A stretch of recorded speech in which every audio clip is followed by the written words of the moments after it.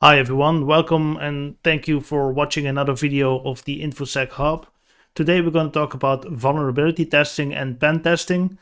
The two have a relationship within vulnerability testing. You check a web application or another standalone application for vulnerabilities, and within a pen test you try to exploit those vulnerabilities.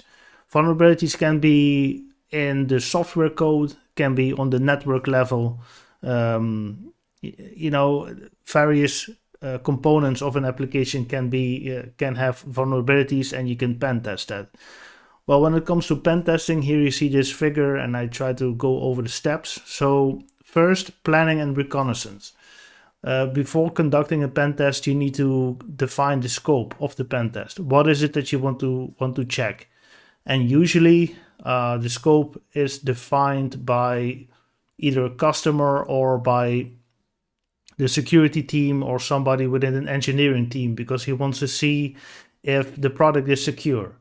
So let's say, for instance, nowadays user data can be quite that can be the price for a hacker, especially when it's sensitive information that can be used against people, or financial gains can be made from them. So that's the PII, so the personal identifiable information of customers.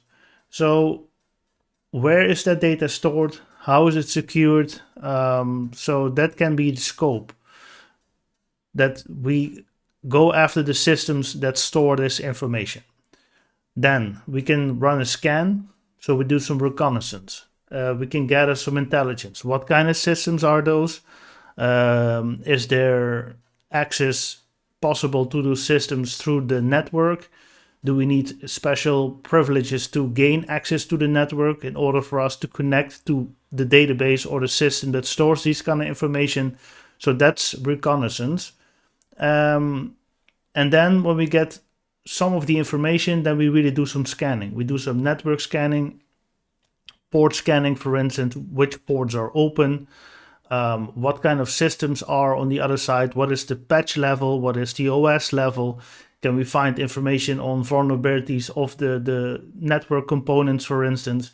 So we really try to get an overview of the infrastructure, and we do this by scanning, and we have some scanning tools to help us with that. And then we can see how we can basically gain access. So we use some tools. We know, for instance, a port is open.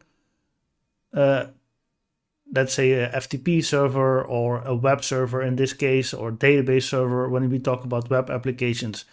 And we use the tool to gain access, to kind of exploit the vulnerability. So we try to gain access to the database, for instance. And we want to make sure that we also maintain access to it, not that we are being detected by some kind of firewall that see there's a connection open that it wants to close. So we also really need to make sure that we have persistent access. It's not just like we break in and then all of a sudden a firewall or an IDS or IPS shuts down the connection because it knows this is not normal behavior, if you catch my drift. So gaining access is one, maintaining access is a second, because we want to keep maintaining access in order to do what we have to do. For instance, copy the database or delete the database or install malware, ransomware, whatever it is that you want to do. What an attacker wants to do. You kind of simulate that within a pen test as well. You want to see if I can break the system, if I can disrupt the servers, if I can indeed install malware. So later on, when I have complete access to the system, I can pull the switch, and then all of a sudden all the files are encrypted and you cannot gain access to your own system no more. And you need to pay an X amount in Bitcoin in order to regain access again. So it really depends on the scope, and that's the planning of it all, and in the first stage, the reconnaissance, that what it is that you want to do. And afterwards, I see here, analyze the WAF configuration. WAF stands for Web Application Firewall. Here you can see, for instance, if you are being detected, and if this firewall needs to be more tweaked in order to find what's happening. And you can do that with the firewall, and you can do that with the IDS, the intrusion detection system. So does it detect you in the first place? And how does it prevent those connections from being set up in the first place? So do we need to tweak the configuration of the firewall and the IDS and IPS, for instance, in order to make sure that connections like that are not even possible? So it's a whole list of things. And at stage 5, when you do the analysis of the whole attack and you gather the logging and you see what went wrong, maybe you need to respond to found vulnerabilities faster, especially the high and medium vulnerabilities. They need to be picked up within a couple of days. Maybe you need to restructure, reorganize some processes, some company processes in order to combat this. So it's more than just system administration alone. It also needs to be clear that somebody needs to be appointed within the company to keep track on this and to get it fixed.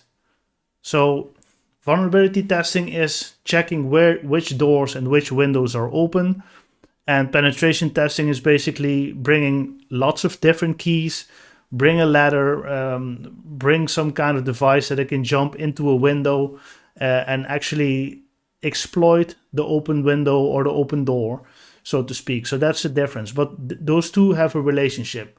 On the one side, it's kind of, okay, this is the vulnerabilities. And on the second, penetration testing, you're going to see, okay, how can they exploit vulnerabilities in order to gain access to a system?